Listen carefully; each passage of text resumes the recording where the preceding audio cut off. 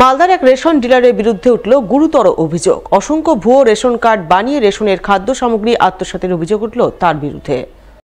এমনই অভিযোগকে ঘিরে ব্যাপক চাঞ্চল্য ও শোরগোল তৈরি হলো মালদার কালিয়াচক ৩ নম্বর ব্লকের গোলাপগঞ্জ অঞ্চলের বাবুরবোনা এলাকায়। ওই এলাকার রেশন গ্রাহকদের একাংশের অভিযোগ, তাদের পরিবারে যে কয়েকজন সদস্য রয়েছে তার চেয়ে অধিক সংখ্যক সদস্যের নামে রেশন কার্ড রয়েছে। বাড়তি ভুয়ো রেশন কার্ড তৈরি করেছেন রেশন ডিলার নিজেই।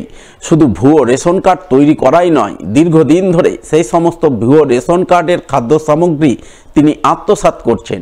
এই বিষয়টি জানতে পেরে তারা রেশন ডিলারের বিরুদ্ধে জেলা খাদ্য সরবরাহ দপ্তর ও জেলা শাসককে অভিযোগ জানিয়েছেন। তারা চান প্রশাসন বিষয়টি সঠিকভাবে তদন্ত করে অভিযুক্ত রেশন ডিলারের বিরুদ্ধে কড়া ব্যবস্থা গ্রহণ করুক। এখানকার যে রেশন ডিলার, ওনার আন্ডারে প্রায় 4000-এর মতন ফেক রেশন কার্ড আছে, যেটা অনেক দিন যাবৎ রেশন সামগ্রী তুলছে। অথচ যে নামগুলোতে তুলছে, দেখা গেল আমার নিজের পরিবারের কথা বলছি, আমার পরিবারে আমরা 3 জন মানুষ, আমার পরিবারে 5 জন করা হয়েছে, 2 জন এক্সট্রা। আমার কোনো মেয়ে নেই, অথচ আমার রেশন কার্ডে দেখা যাচ্ছে আমার লিস্টে আমার একটা মেয়ে আছে। এটা দুর্নীতি। আমাদের দেশের সরকার মানুষের কল্যাণের জন্য খাদ্য সামগ্রী দিচ্ছে, আর এই খাদ্য সামগ্রী কী হচ্ছে, ইঁদুরের গর্তের মতো কিছু ইঁদুর আছে, এই রেশন ডিলার নামক কিছু ইঁদুর আছে, তারা অন্য জায়গাতে নিয়ে যাচ্ছে, কি মানুষের কাছে সঠিক খাদ্যশস্য মানুষের কাছে পৌঁছচ্ছে না। আমাদের প্রতিবাদ হচ্ছে মানুষের খাদ্যশস্য মানুষের কাছে পৌঁছুক। এই বিষয়ে বাবুরবোনা এলাকার অভিযুক্ত রেশন ডিলার সাইফুদ্দিন আহমেদের ছেলে শামীম হোসেন, যিনি বর্তমানে রেশন দোকান পরিচালনা করেন, তার দাবি তারা সততার সাথে সরকারি নির্দেশ মেনে রেশন দোকান চালান। যে অভিযোগ তোলা হচ্ছে তা ভিত্তিহীন ও মিথ্যা। আমাদের বিরুদ্ধে যে অভিযোগ উঠছে সেটা ভিত্তিহীন এবং মিথ্যা। আমরা সততার সহিত ব্যবসা করি এবং যে কথা উঠছে সেই কথাটা আমরা সঠিকভাবে মানুষকে মাল দিই। সরকারি নির্দেশ অনুযায়ী যা অর্ডার, সেই অর্ডার অনুযায়ী আমরা মাল দিয়ে থাকি। এদিকে রেশন ডিলার তার বিরুদ্ধে ওঠা অভিযোগকে মিথ্যা বলে দাবি করলেও এই ঘটনায় বড়সড় রেশন দুর্নীতির অভিযোগে রাজ্যের তৃণমূল সরকারের বিরুদ্ধে সুর চড়িয়েছেন বিজেপির জেলা নেতা অম্লান ভাদুরী। যদিও জেলা তৃণমূলের মুখপাত্র আশিস কুণ্ডুর বক্তব্য, মুখ্যমন্ত্রীর সাধু উদ্যোগকে কোনো রেশন ডিলার কালিমালিপ্ত করার চেষ্টা করলে প্রশাসন তার বিরুদ্ধে কঠোর ব্যবস্থা নেবে। আমরা গতকাল দেখলাম গোলাপগঞ্জের এক রেশন ডিলার প্রায় 4000 ভুয়ো রেশন কার্ড তৈরি করে মানুষের সঙ্গে প্রতারণা করছে। তার আগেও আমরা দেখেছি বৈষ্ণবনগরে আরেক রেশন ডিলার প্রায় 8000 কার্ড ভুয়ো রেশন কার্ড করে মানুষকে প্রতারণা করেছে।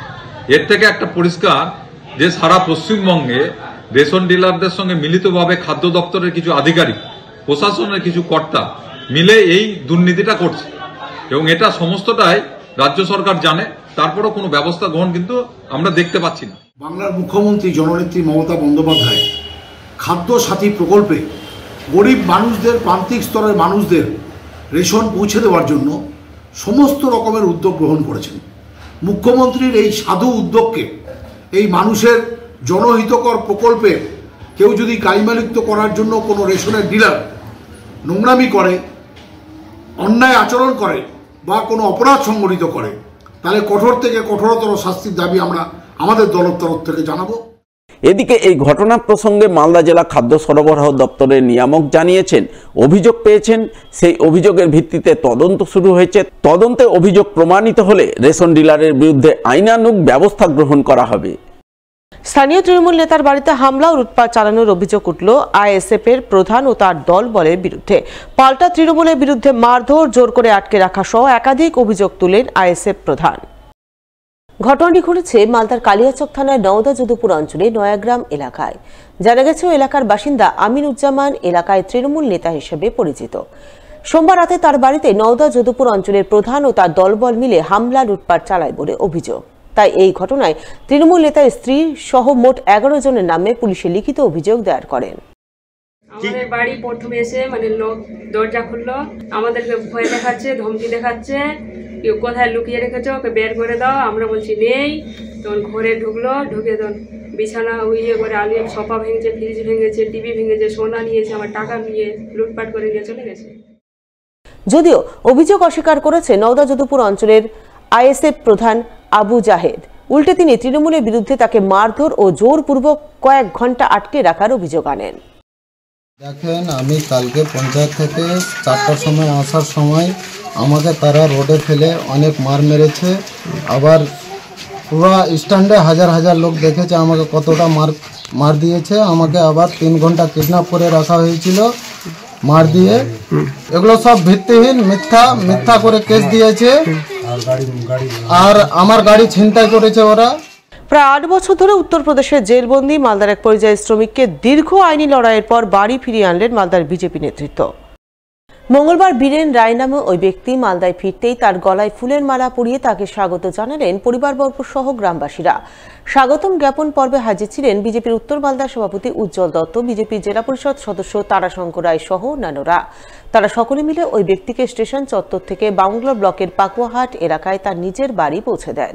এর প্রসঙ্গে বিজেপির জেলা পরিষদ সদস্য তারাশঙ্কর রায় এবং বিজেপির উত্তর মালদার সভাপতি উজ্জ্বল দত্ত দুজনেই জানান, বীরেন রায়ের বাড়ি মালদার পাকুয়াহাটের তিতপুর এলাকায়। তিনি 2016 সালে বাড়িতে স্ত্রী সহ 2 ছেলে 2 মেয়েকে রেখে উত্তরপ্রদেশে পরিযায়ী শ্রমিক হিসেবে কাজে গিয়েছিলেন। কিন্তু সেখানে তৎকালীন সমাজবাদী সরকারের পুলিশ প্রশাসন তাকে এক খুনের মিথ্যা মামলায় জড়িয়ে ফেলে। সেই মামলায় দীর্ঘ 8 বছর ধরে উত্তরপ্রদেশের জেলে বিচারাধীন বন্দী হিসেবে তার জীবন কাটছিল। এই খবর পেয়ে তারা উত্তরপ্রদেশের বিজেপি নেতৃত্বের সঙ্গে যোগাযোগ করে তার জন্য আইনি লড়াই শুরু করেন। দীর্ঘ 10 মাসের সেই আইনি লড়াইয়ের পর তাকে জেল থেকে মুক্ত করেন। যদিও তার বিরুদ্ধে চলা মামলা এখনো বিচারাধীন রয়েছে বলে জানা গেছে।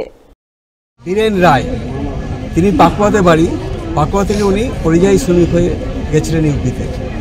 এইবার বিভিন্ন সেখানে তার ভাষাগত কিছু সমস্যা হয়েছে, সেখানে তিনি একটা বিপদে তাকে ফাঁসিয়ে দেওয়া হয়েছে। ফাঁসিয়ে দিয়ে জেলখানায় তিনি বন্দী ছিলেন। দীর্ঘ সন্ধান পাওয়ার পর তারা এই যৌথভাবে করার পর তারা খোঁজ পেলেন যে দেউরিয়া, ইউপির দেউরিয়া বলে যে জেলা, সেই জেলার জেলখানাতে উনি বন্দী আছেন। 1 বছর ধরে লড়লো আইনি লড়াই দেওয়ার পর তারপরে ওনারা ছাড়াতে পেরেছিলেন এবং ছাড়িয়ে আজকেই ওনারা এই ট্রেনে এখানে আমরা স্টেশনে আছি, কোটমালদা স্টেশনে এখানে নামলো। 8.5 বছর পর আজকে পরিবার বীরেনকে যেমন পেলো, বীরেনও তেমন আর 8.5 বছর পর পরিবার সহ গ্রামের সবাইকে তারা পেয়েছে।